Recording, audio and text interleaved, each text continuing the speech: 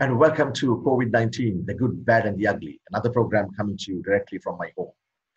Today, we're going to look at how to be happy with your lockdown at home, working from home, or just staying at home. How do we be happy? How do we maintain our sanity? For this, I'm going to talk to Professor Priyanjali Zoyza, Professor and Clinical Psychologist of Faculty of Medicine, University of Colombo. Professor Priyanjali Zoyza, thank you very much for joining us in this Zoom interview in such short notice. Now, first of all, although we picked this program, this particular episode as how to be happy while staying at home, or how to be happy while self-distancing, and how to be happy while working from home, and all these things put together. Before I come to that, Professor Priyanjali, I want to ask you, we have anxiety. Now, if I may look at my phone right now and go to the messages, I find the news updates shows us that the COVID-19 cases exceed 1.2 million worldwide and 64,691 deaths, right? And US alone, this much there's a lot of things that are going. So now, every day we see the more amount of people, contracting this or dying, and even in Sri Lanka, it's we haven't got a reduction fear. But in Sri Lanka, as well as in most of the countries, there are lots of people who have got cured also, right? And let's hear them. However, because of these increasing statistics of the COVID-19 confirmed cases and the increasing statistics of them, all of us has a fear and anxiety, and we may have psychological issues. So could you start up by saying, what are the psychological issues and how do we tackle this fear and anxiety? Okay. So let's see, there could be varied number of psychological issues, but let's see why we get it. The reason is now, if you look at the world history and in our own lives, and in particular, say, for example, Sri Lanka, we have had calamities in our personal life, historically in Sri Lanka and worldwide. However, what is a little different in this situation of the COVID-19 is that it has hit almost all the countries in the world. That's why we call it a pandemic. So it seems that all of us are in it together. And it is an enemy that we can't see. It's a virus, we can't see it. We also don't know much about the enemy yet. We know a lot, but not the whole picture. And yet a vaccine is not developed as well as we are told by, for example, the World Health Organization. So it gives a lot of uncertainty as to our current status, whether we will get the illness, whether somebody known to us could get the illness. So all of these mental processes can make somebody anxious. However, having said that, not everybody would feel anxious. Because we know through literature, for example, research studies, that for some people, a situation like that could also give psychological growth. Of course, that kind of proportion is quite small, because why they would get psychological growth is because they already have a very good psychological status. So they look at these calamities as the truth of the world. However, for a large majority, they can have certain psychological issues. And as you very correctly said, anxiety is a very common one. Anxiety is associated with worrying, what will happen, would I get it, would somebody known to me get it, what would happen to the economy, will I lose my job, can my children go to school, will there be a vaccine? So all of those indicators indicate anxiety. Other than that, there can be also other psychological reactions. For example, irritability, losing temper with people for no apparent reason. With your children, with your spouse, just randomly losing temper. For some people, it can be increased, and we have sometimes seen an increase in gender-based violence, which we refer to also as domestic violence. There are increases in those. Violence against children, that can increase as well. Then some people can have low mood, dips of the mood. Not necessarily a mental illness, of course, because to have a depression as a mental illness, you have to fulfill many criteria. But we're not going to that level, but just dips in the mood. Some people can feel very lonely and isolated. There can be fears of economic issues. So all of these things are psychological issues that could come. But let me again emphasize, not everybody would have these. So it doesn't mean that, oh my goodness, we have got the corona and now I'm going to get psychological illness also. That is a little bit extreme to think like. Okay, that's very nice to hear that. So it's like a positive thing. Now let's come to the main question which I wanted to ask you today. Now, whatever word we call it, quarantine, self-quarantine at home, luckily only few people are like that in Sri Lanka, but all of us are under lockdown. That means we are staying at home. And we are also encouraged to work from home at this time by most institutions. Now speaking to a lot of people and they are working from home even Saturday, Sunday, right? That's good. If it's Saturday, Sunday also you work. So anyway, it is now, if you are working from your home now, some people like lawyers and all those people have their offices at home, chambers in the best of time. But working from home on your own accord is different. That is, you can go out the time you want. You can take a walk at least. But here, working from home and stay at home, nothing else can substitute that, right? That is the issue here. So my simple question to you is, under this period where we are supposed to be at home, why working from home, and some people don't have to work from home, others has to work from home, and staying at home, and most of the people have kids, families, and I know friends of mine were saying that the kids are asking, why can't we go to school, why can't we go out and play, why can't we go to that place, why can't we have a bite, why can't we go to the parks, all sorts of things. So with all these issues happening around, even if you, like you said, don't have anxiety and fear and all that, how do we stay this period happily during this staying home period? Okay, okay. So what the reason that people are feeling anxious? So absolutely, we are right now we're talking about not the first responders, isn't it? We are talking about people who are not in the immediate healthcare setting, like doctors or nurses or hospital administration, or people who have to go for essential services like the tree forces, the police, the public health inspectors. We're not talking about that category because they are the first line, first responders who would have a lot of anxieties also.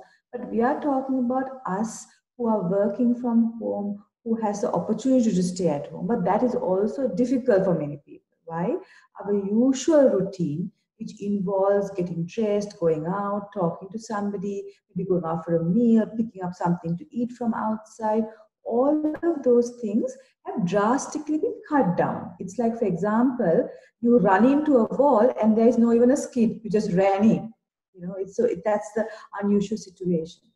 And how do we manage this time, because it can go on for some time? How do we manage it and still be coming out of it, or still be happier in the process? I would think the first thing that we need to do is to really look at this, the attitude we have about this pandemic situation. That if we can fix that attitude and to remind ourselves of how to look at this, that would be the biggest strategy. So what is the first strategy therefore? Is to really look at our own lives, look at the lives of human history, and see that pandemics is not, this is not the first pandemic that we have got the world. We know there have been other pandemics, maybe not in our lifetime, but it has been there. So what we know is, so other than pandemics, there have been, of course, wars. For example, Sri Lanka had a conflict for 30 years. At a given point of history, so many countries are in conflict, in wars. There's famine, there's drought. So what we see is that humanity or human life has ups and downs. It's not always ups. We like it to be ups, but it's not so. So if we remind ourselves that, just as I like to give you an analogy, like say a surfer who goes up the wave, he likes it, but he knows at the top, he will also come down. And he stands very firmly on his skating board and comes down because he knows at the bottom also there will be another up. So if we remind ourselves that ups are there, but so is downs, that is a parcel of life, is inevitable. And this is a down, but there will also be an up. So if we remind ourselves that, our attitude towards this whole thing could shift. So that is the first strategy. Remind yourself that these downs are a part of the up. It's intertwined, it's cannot be separated. And that's we are going on and down, but there will also be an upward recovery. The second one, now we're talking about strategies, isn't it? What we could do. The second strategy is really to bring on an attitude of gratitude. So we know that gratitude is a wonderful human quality which many of us may have developed. It's lacking in some of us. So if you look at gratitude, gratitude towards whom? If you look at our first responders, the medical doctors, the nursing officers, the hospital administrators, the three forces who's helping us in Sri Lanka to manage this, the Army, Navy, Air Force, the police force, a wonderful job they're doing.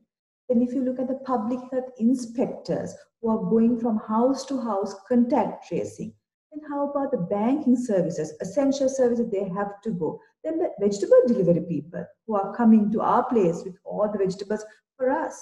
And what about all the administrators? For example, we heard of Saubhagya program in our agriculture ministry who's giving seeds to us to plant. So they're all working, doing their thing, coming out of this, putting themselves at risk, but still doing their work.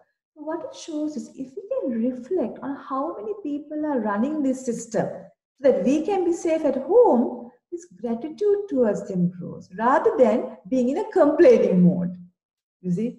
Because they are there for us. So when we are grateful, we also take our own actions to protect ourselves, our community, and our world. And what is that? What are the health indicators? Have physical distancing. Keep 1 meter from each other so that both of us are safe. Wash your hands thoroughly for 20 seconds, they say, so that you are clean of the virus. Don't touch your ears, nose, etc., your face, so that it won't come in. So all of these things which the health authorities have told us, we are more inclined to practice it because we remember other people out there is watching out for us. Gratitude is extremely important. The third strategy is to really look at your blessings. Now, for example, say if you look at who's listening to this clip that we have done, certainly you have either a laptop or you have a television or you have a smartphone. That's a blessing, isn't it? Because many people in the world don't have those things. All of us or some of us would have at least 1 meal a day. We might have a friend who loves us, who calls on us and checks on how we are. Those are all blessings. So if you could, when you feel that your mind is dipping into anxiety, or your mind is dipping into a low mood, or you're just irritable about this whole situation, bring to mind the blessings in your life. These three things. When you always recount blessings and think about what is happening, which is positive in your life, the mood that is going on to off the tracks comes back on track. The third strategy. Let's look at another strategy. The fourth one is humor. Now we know that since the beginning of the situation, as any situation, there were so many jokes in Sri Lanka. You know, but it's a joke makes our mind gentler, calmer, and more relaxed. If I was to give an analogy, say you have like a huge, tough mound of clay, like a snake's dwelling in your garden, and you want to remove it. It's so tough you can't do it. You put water into it, and it becomes much more gentler. It's easy to remove it. Humor is like that. Humor softens our mind. So when you are feeling unhappy, low mood, irritable, do not get involved with songs or teledramas or movies which are sad, which are violent, which are dreary, which are negative, because that will make you feel worse. There are so many songs that are uplifting. There are so many comedies. There are so many television programs that are gentle and light and brings happiness to you. Choose those. Don't go into the entertainment field which are negative or positive. Go into the entertainment field which uplifts you. And enjoying some jokes. You have friends who love to joke, who make light of things. Be in their company on the telephone. That's a fourth strategy. Fifth strategy, social connectedness. Now, initially, we used to refer to this term as social distance, but now it is referred to as physical distance. The reason is the health professionals want you to maintain the required distance, but still have your social relationships. And you might ask, how can I do that? We are inside the house, we cannot go out. How about telephones? You can certainly talk on the telephone. Or if you have a neighbor across, by keeping the distance, you can talk to the person. How about your own family? You may have always wanted to spend more time with your spouse, your children, but because you had such a busy life, you couldn't. This is the opportunity. So keep your social connections. Our social support network really uplifts us. For example, yesterday I got two of my friends just randomly called and said, "How are you, Priyanjali?" My mother called me, and on Facebook Messenger, people who I hadn't been in contact for a long time, they send these beautiful messages thinking about you. And all of these things uplifted my mind.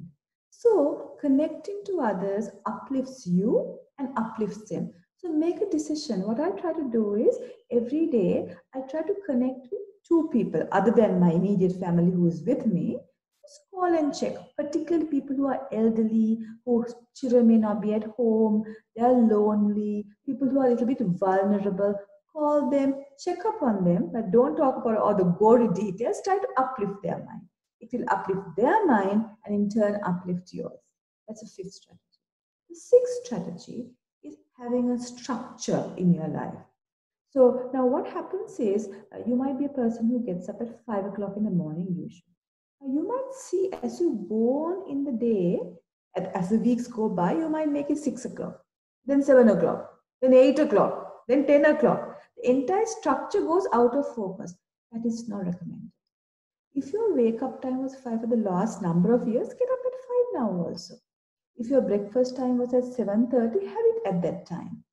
Then your lunch, have your structure the way it was. It reminds me of a story about Aung San Suu Kyi, who is the head of state of Myanmar. And she said when she was in house arrest for so many years, she had nothing to do. She was inside the house. She still got up at 4 o'clock in the morning. She sat for meditation at 4:30 in the morning. She had a breakfast for so many years, kept that structure, which brings us more certainty and stability in our life. So don't change your structure. But of course, you might say, well, I don't go to work. My children are not going to work. That's okay. Fit those times with things you needed to do for so many years, like emptying your cupboard, sorting out your garden, doing that compost bin, planting some seeds, teaching your children a new language. So doing those things in the periods that you use, so having a structure. The seventh one is exercise. That is so essential. Then you might ask me, how can I exercise? I can't go out. Many of us may be having older pieces of equipment that we had bought and is now used like a cloth rack for in many houses. Clean them up, take them out, keep it in your area, and do some exercise every day. Because we're staying at home, there's not much of physical exercise to the body, which can also have a dampening effect on the mind. If you don't have a piece of exercise equipment, why don't you walk up and down a small corridor?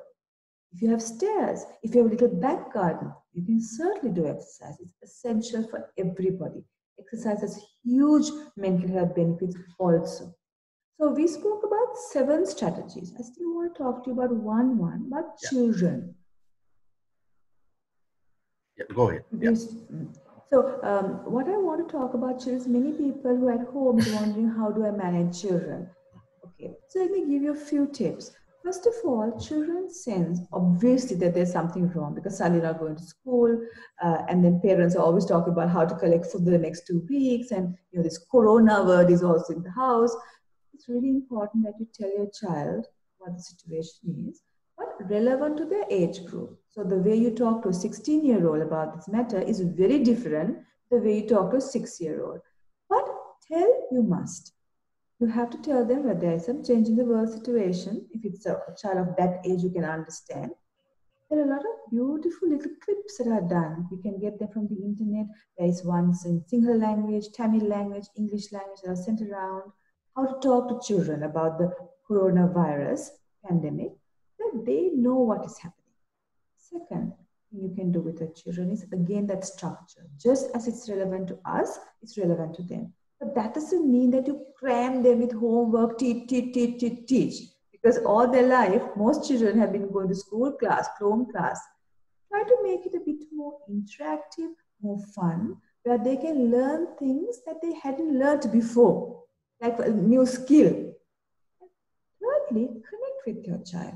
Many a times I have seen parents, they don't really even look at their child's face and connect with them as a human being. They just direct the child. It's a great opportunity. You have all this time in your hands.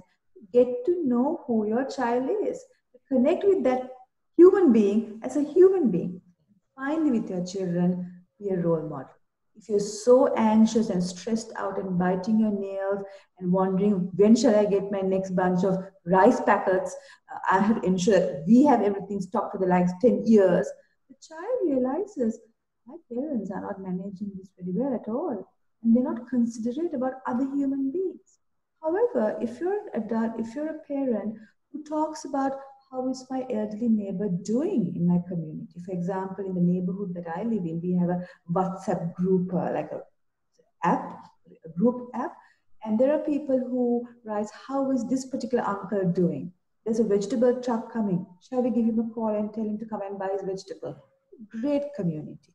So if a child sees his mother or father being interested in other people's welfare, he learns, my father is a good man. My mother is a good woman. They're concerned about other people too. The child learns those skills as a human being. So it's a great opportunity to grow your child into wonderful human beings. So that's really good. You touched upon all areas, and especially and the area I had some questions also is that how do we deal with children, right? So I think you showed us today the good side of how we can stay at home and manage ourselves. But if somebody has a question, uh, can they contact you? Are there places they can contact Yes, there are a lot of government initiatives, non-government initiatives, all free, you? Yeah. which has helplines. So the first one would be the hotline 1926 of the National Institute of Mental Health. It's a governmental organization offering a hotline where people can call if they are feeling particularly anxious and need some professional input. The second is a collection by a group of psychologists who are licensed, and they offer free online counseling from English, Sinhala, and Tamil. And you can book your online sessions for free through Facebook. It's called COPE Sri Lanka, COPE Sri Lanka. You go there, book it, and you can get free counseling for the COVID-19. Then for Women's Matters, the Women in Need is an organization that has been there for many years in the country. They have a hotline. You can call for violence related to women. The National Child Protection Authority is looking into children's matters. Their hotline is there. They can call if there are matters related to children and abuse and violence against children. There is CCC, which is another hotline which offers mental health services. There's Sumithro, another well-established non-governmental organization that provides free health, psychological care, and befriending services. A variety of such places that would offer free help in the mental health arena for anybody who wants specialized. Thank you very much. And I think that's really going to help along with your advice if somebody has a specified question. Professor Priyanjali Zoyza, thank you very much for joining us today. And we hope to chat with you in the future. And I hope this input you gave is definitely going to help people staying at home and in this quarantine or lockdown period, whatever you want to call it. Thank you for joining us. All the best. Thank you.